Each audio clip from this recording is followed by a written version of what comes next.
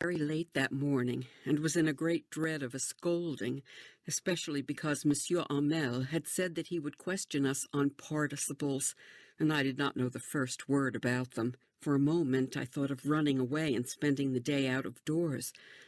It was so warm, so bright. The birds were chirping at the edge of the woods, and in the open field back of the sawmill the Prussian soldiers were drilling. It was all much more tempting than the rule for participles, but I had the strength to resist and hurried off to school. When I passed the town hall, there was a crowd in front of the bulletin board. For the last 2 years, all our bad news had come from there. The lost battles, the draft, the orders of the commanding officer, and I thought to myself, without stopping, what can be the matter now? Then, as I hurried by as fast as I could go, the blacksmith, Wachter, who was there with his apprentice reading the bulletin, called after me. "Don't go so fast, bub. You'll get to your school in plenty of time." I thought he was making fun of me, and reached Monsieur Hamel's little garden all out of breath. Usually when school began there was a great bustle which could be heard out in the street, the opening and closing of desks, lessons repeated in unison, very loud, with our hands over our ears to understand better, and the teacher's great ruler rapping on the table. But now it was all so still. I had counted on the commotion to get to my desk without being seen, but of course that day everything had to be as quiet as Sunday morning. Through the window I saw my classmates, already in their places, and Monsieur Hamel walking up and down with his terrible iron ruler under his arm. I had to open the door and go in before everybody. You can imagine how I blushed and how frightened I was. But nothing happened. Monsieur Hamel saw me and said very kindly, "Go to your place quickly, little Franz. We were beginning without you." I jumped over the bench and sat down at my desk. Not till then, when I had got a little over my fright, did I see that our teacher had on his beautiful green coat, his frilled shirt, and the little black silk cap, all embroidered, that he never wore except on inspection and prize days. Besides, the whole school seemed so strange and solemn. But the thing that surprised me most was to see on the back benches that were always empty the village people sitting quietly like ourselves. Old Hauser with his three-cornered hat, the former mayor, the former postmaster, and several others besides. Everybody looked sad, and Hauser had brought an old primer, thumbed at the edges, and he held it open on his knees with his great spectacles lying across the pages. While I was wondering about it all, Monsieur Hamel mounted his chair, and in the same grave and gentle tone which he had used to me, said, "My children, this is the last lesson I shall give you. The order has come from Berlin to teach only German in the schools of Alsace and Lorraine. The new master comes tomorrow. This is your last French lesson. I want you to be very attentive." What a thunderclap these words were to me. Oh, the wretches! That was what they had put up at the town hall. My last French lesson, why, I hardly knew how to write. I should never learn any more. I must stop there, then. Oh, how sorry I was for not learning my lessons, for seeking birds' eggs or going sliding on the Saar. My books that had seemed such a nuisance a while ago, so heavy to carry, my grammar and my history of the saints, were old friends now that I couldn't give up. And Monsieur Hamel, too. The idea that he was going away, that I should never see him again, made me forget all about his ruler and how cranky he was. Poor man! It was in honor of this last lesson that he had put on his fine Sunday clothes, and now I understood why the old men of the village were sitting there in the back of the room. It was because they were sorry, too, that they had not gone to school more. It was their way of thanking our master for his 40 years of faithful service and of showing their respect for the country that was theirs no more. While I was thinking of all this, I heard my name called. It was my turn to recite.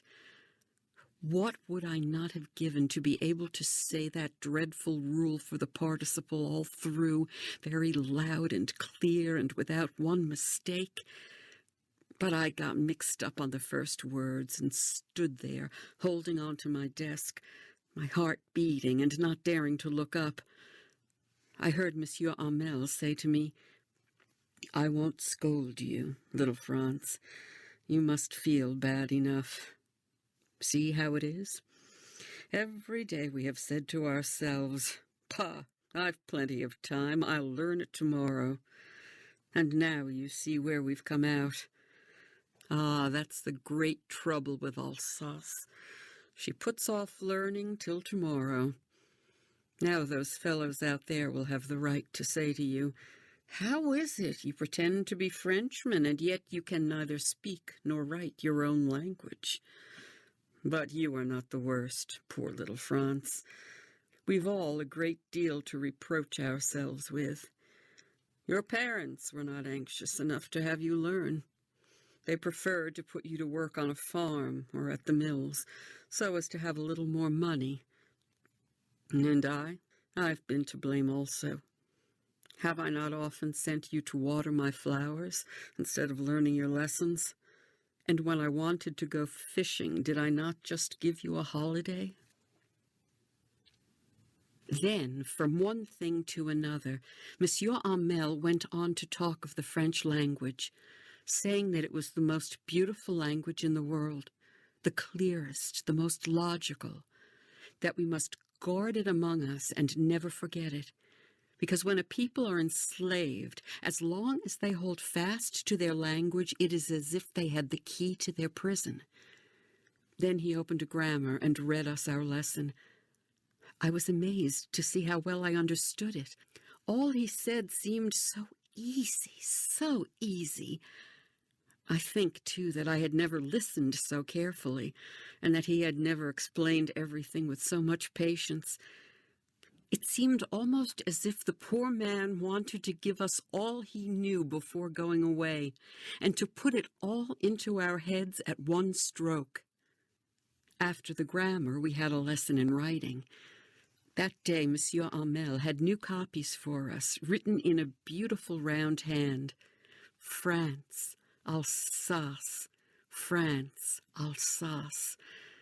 They looked like little flags floating everywhere in the schoolroom, hung from the rod at the top of our desks.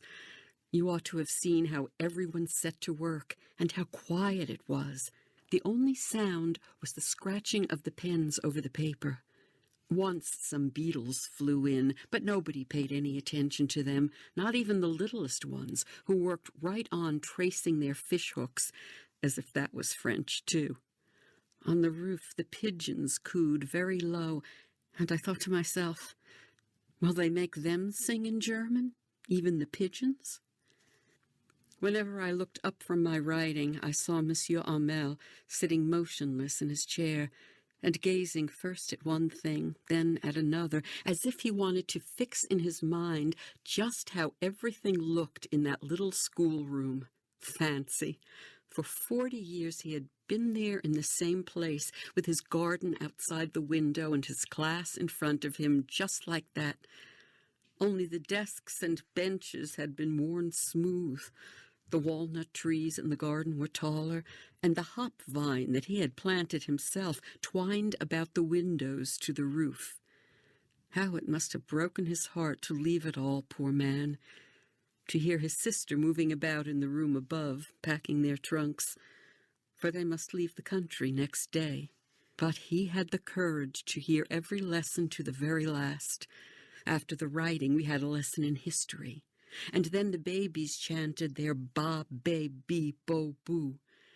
Down there at the back of the room, old Hauser had put on his spectacles, and, holding his primer in both hands, spelled the letters with them.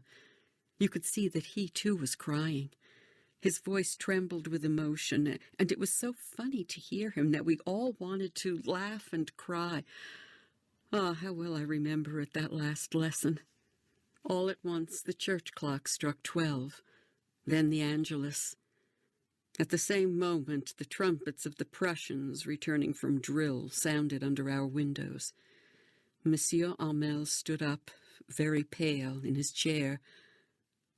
I never saw him look so tall. My friends, said he, but something choked him. He could not go on.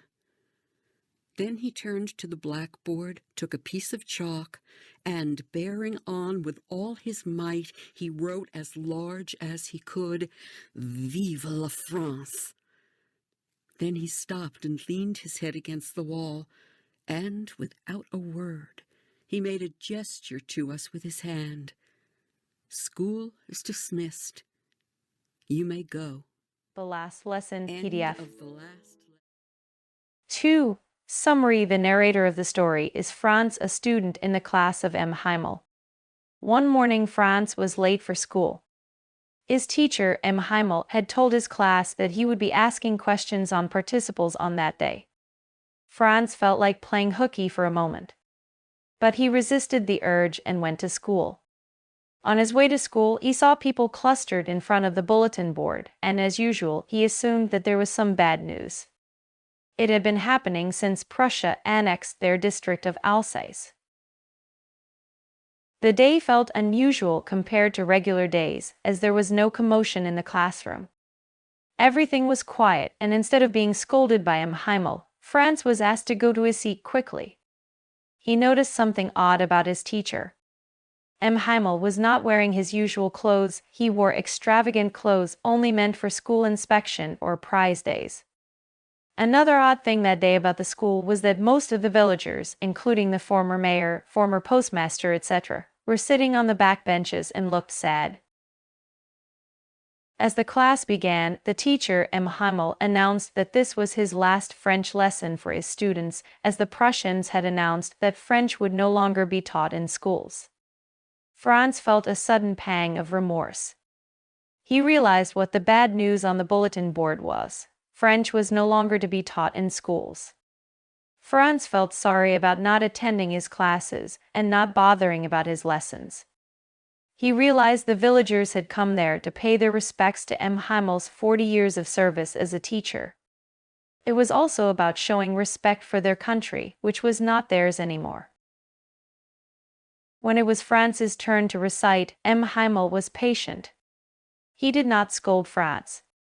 He went on to discuss their district's problem, the assumption that they always had plenty of time. That is how the students lagged in their lessons, because they had taken their freedom and time for granted. Then M. Heimel blamed himself and Franz's parents for making him do chores, rather than letting him focus on his studies. M. Heimel went on to talk about the beauty of French, their mother tongue, and how everyone should hold on to it, even if it were not taught at schools. He explained that when people are enslaved, the only key to save their freedom is the common language that they share. He had brought new copies for the students and decorated the classroom for them. Franz felt that everything his teacher was teaching was simple and easy to understand. He blamed himself for not listening to the lessons properly.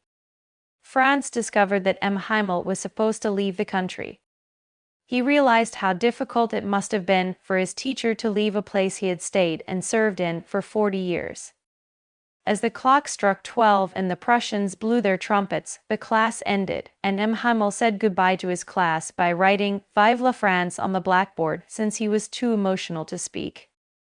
He leaned his head against the wall and made a gesture with his hand implying that the school was dismissed. 3. Questions and answers. Question 1. What was Franz expected to be prepared with for school that day? Answer. That day, Franz was expected to be prepared with participles because M. Heimel had said that he would question them on participles. Franz knew nothing about participles. Question 2. What did Franz notice that was unusual about the school that day? Answer. Usually, when school began, there was a great noise which could be heard out in the street. But it was all very still that day. Everything was as quiet as Sunday morning. There was no opening or closing of desks. His classmates were already in their places. The teacher's great ruler, instead of rapping on the table, was under M. Heimel's arm. Question 3. What had been put up on the bulletin board? Answer. For the last 2 years, all the bad news had come from the bulletin board. An order had come from Berlin to teach only German in the schools of Alsace and Lorraine. The Germans had put up this notice on the bulletin board. Question 4. What changes did the order from Berlin cause in school that day? Answer. M. Heimel had put on his best dress, his beautiful green coat, his frilled shirt, and the little black silk cap, all embroidered. The whole school seemed so strange and solemn.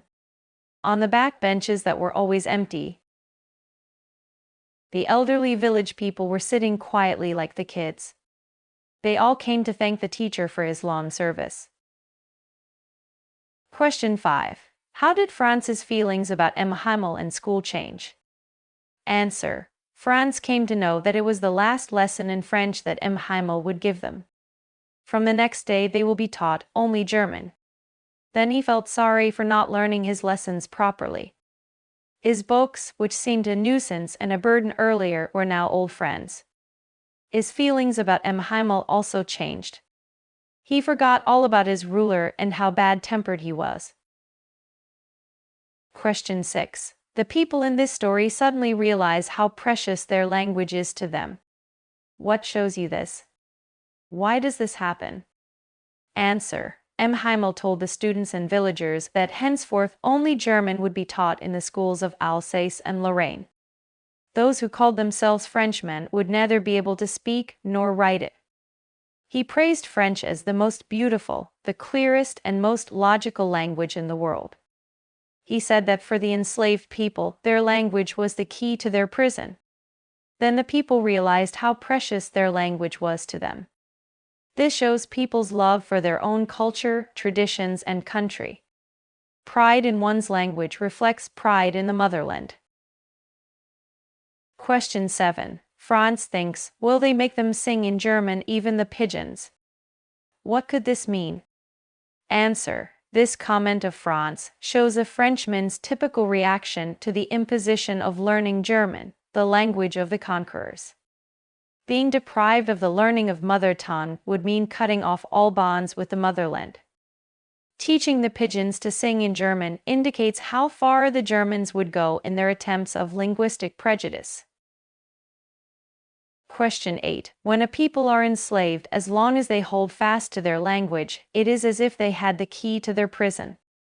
Can you think of examples in history where a conquered people had their language taken away from them or had a language imposed on them? Answer. Mother tongue helps a person to express his feelings and thoughts most clearly and fully. Conquerors tried to subdue and control the people of the enslaved territory by enforcing many measures, such as use of force to crush dissent and imposing their own language on them. From time immemorial, the victorious nations have imposed their own language on the conquered people and taken away their own language from them. The Romans conquered many parts of Europe and replaced the local languages by their own language, Latin. Later on, Spanish, Portuguese, Italian, and French developed from Latin. The Muslim invaders imposed Arabic and Persian in the countries of Asia, overpowered by them. In many Arab countries, the local religion and language have disappeared. In India, a new language Urdu developed from the mixture of Persian and Hindi. In the state Punjab, the students were taught in the Urdu medium, and the Gurmukhi alphabet was not used. Question 9. What a thunderclap these words were to me, Franz. What were those words and what was their effect on Franz? Answer.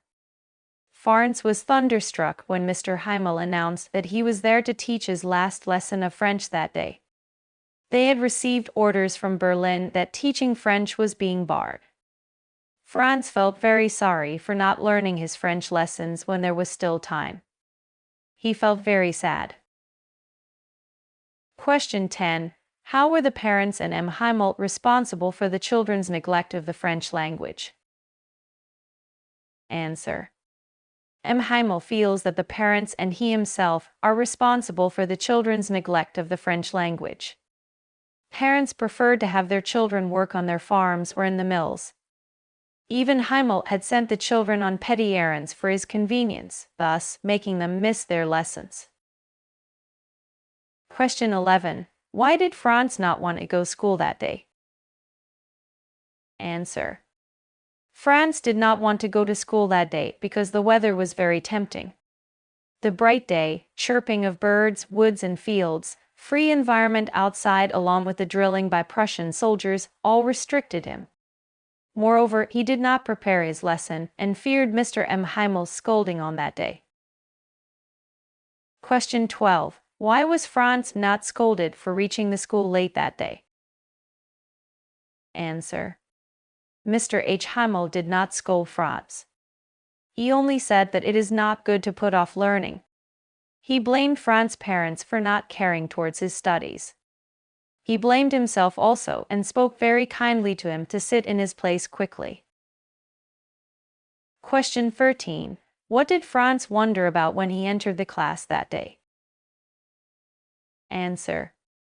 Franz had a bundle of surprises. The village people were sitting quietly on the back benches. Mr. Heimel did not get angry with Franz, rather he requested him very kindly to go to his place and sit there. Mr. Heimel was dressed in his best clothes. Everybody in class looked very sad. 3. Grammar page.